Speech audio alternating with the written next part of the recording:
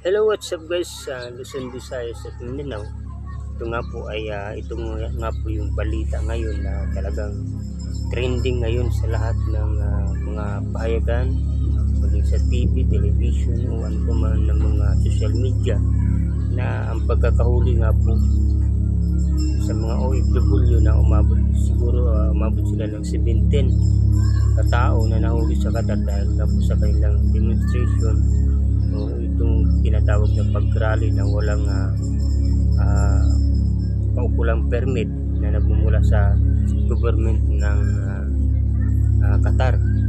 At yan po mga kababayan yung nakakalungkot ngayon dahil mayroon po silang mga kasong kakaharapin dito, at saka hindi lamang kaso, may multa na napakalaki ang multa. At may tatlong klaseng deportation, tapos multa, tapos pagkakulong ng 3 years. Kaya sino ba mga kababayan ang dapat sisihin dito? Kasi nga po ay dahil dahil sa panawagan ng mga DDS vlogger na dapat pakita natin ang buong suporta kay Tatay Diggs, na lahat tayo lumabas. Ayun na nangyari mga kababayan, at ngayon ito na, dahil sa kanilang ginawa na hindi nila inisip ang kanilang pamilya, hindi nila inisip yung magiging sitwasyon nila, kung anong mangyayari sa kanila. Ang iniisip lang nila yung damdamin nila. Kaya ngayon, anong mangyayari sa kanila? Kawawa naman yung pamilya nila na maghihirap ngayon sa Pilipinas. Dahil nga po ay titingnan niyo po mga kababayan, madidefault sila, tapos mamulta pa sila, tapos makukulong pa sila. 3 years muna sila makukulong, tapos madidefault sila. Pagkatapos ng deportation, 3 years na pagkakulong, madidefault sila. Pero bago sila ma-default iuwi sa Pilipinas, kailangan bayaran muna nila multa na umabot ng 50 reals. Ngayon, ang kwenta dito mga kababayan ay halos umabot ng 70,000 o 700,000 umahigit bawat isa sa kanila. O saan sila kukuha ngayon ng pinansyal? Sino ba ang dapat sisihin dito? Yung mga DDS vlogger. Tutulungan ba sila ni Sara? Diba?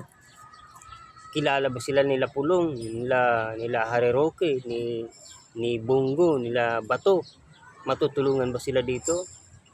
Diba? Ito yung nakakalungkot mga kababayan. Sana iniisip muna natin mga kababayan bago tayo gumawa ng hakbang. Huwag tayong sigaw ng sigaw, kasi ang batas sa Qatar hindi yan katulad ng batas sa Pilipinas na kahit bastusin mo yung presidente, murahin mo yung presidente, ay ang magiging mali pa rin dito yung presidente. Kasi nga dahil doon sa freedom of expression. Diba? Kaya iba ang batas doon, iba ang batas dito sa Pilipinas. Kahit magsisigaw ka dyan, wala. Ang sisisihin pa rin kapag hinuli ang presidente, ang administrasyon.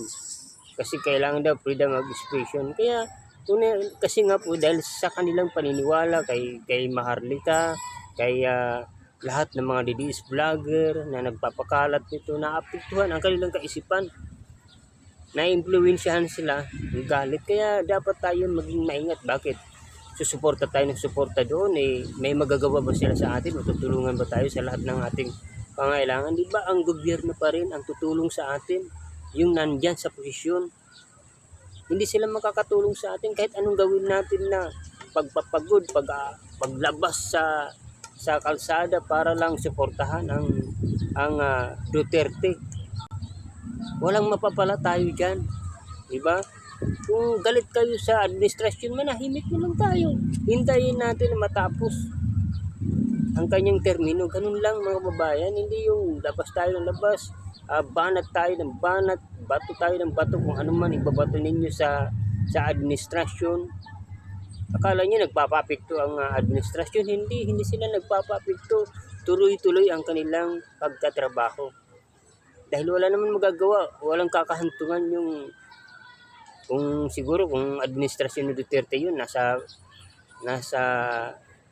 posisyon, baka pinagpapatay na kayo yung mga taong tumutulig siya, nagbabanta o mga naninira sa gobyerno, di ba? Hindi ganoon si BBM, hindi ganoon ang ating mahal na Pangulo na gumagawa ng kasamaan sa atin. Kahit binabanatan siya, sinisiraan, tuloy pa rin ang kanyang trabaho, hindi siya nagpapapekto. Kaya sino ba dapat sisihin dito, di ba?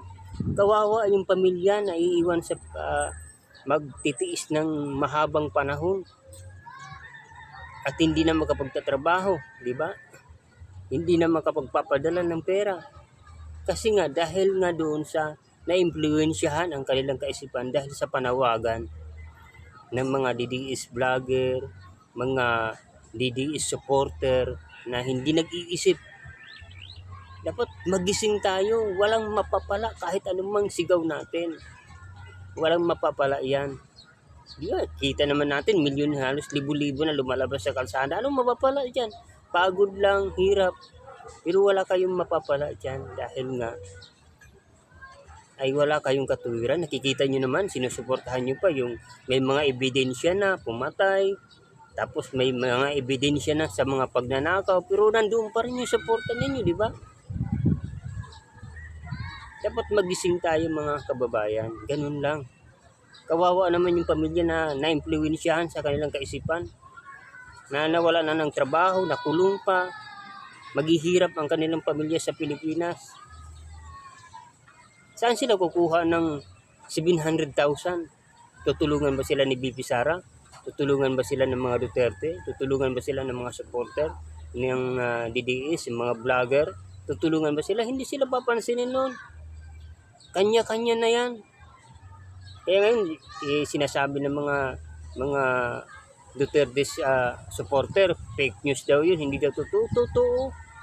Nakita na nga dahil doon sa pag-celebrate ng kay Tatay Dig sa birthday, ayun, lumabas sila. Ngayon, hindi nila naisip na wala pala silang kaukulang papel para mag-rally doon. Akala siguro nila nasa Davao sila.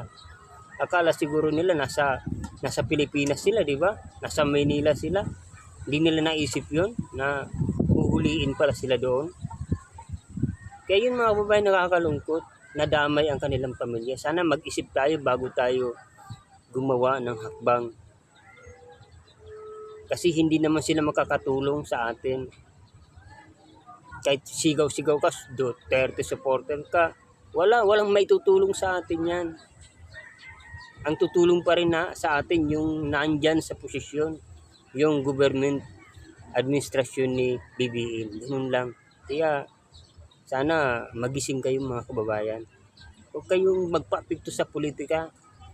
Isipin niyo palagi yung pamilya ninyo. Isipin niyo palagi yung kung ayaw niyo sa administrasyon ni BBM, hintayin niyo matapos ang kanyang termino. Ganun lang. Huwag kayong sigaw ng sigaw. Kasi hindi naman makakatulong yan. Kita mo mga kababayan, Pilipino, nag-aaway-away. Kaya hindi umuunlad ang ating bansa dahil Pilipino nagsisiraan. Imbis sumuporta sa gobyerno, ang ginagawa ng itong mga taong ito, sinisiraan ang gobyerno. Tapos sasabihin nila, naghihirap ang gobyerno. Bakit? Ang kahirapan ba, iaatang natin sa gobyerno? May kanya-kanya tayong buhay, tayo mismo mag-aahon sa ating buhay, ating pamilya. Walang kinalaman ang gobyerno sa atin. Diba? Huwag tayong padala sa mga pamumulitika ng ilan, paninira, naaapektuhan yung ating kaisipan. Kawawa yung ating pamilya. Kaya yun lang guys, sana mapag-isipan natin yan, yung ginagawa natin na hindi tayo nasa katotohanan. Kita nyo, may mga ebidensya na. Tapos sasabihin nyo, may kagagawan, BBM yan. Walang kinalaman yung pagkahuli niya kay Duterte, walang kinalaman si BBM dyan. Dati pa yan nakaso. So, yun lang guys. Maraming salamat po sa inyo lahat.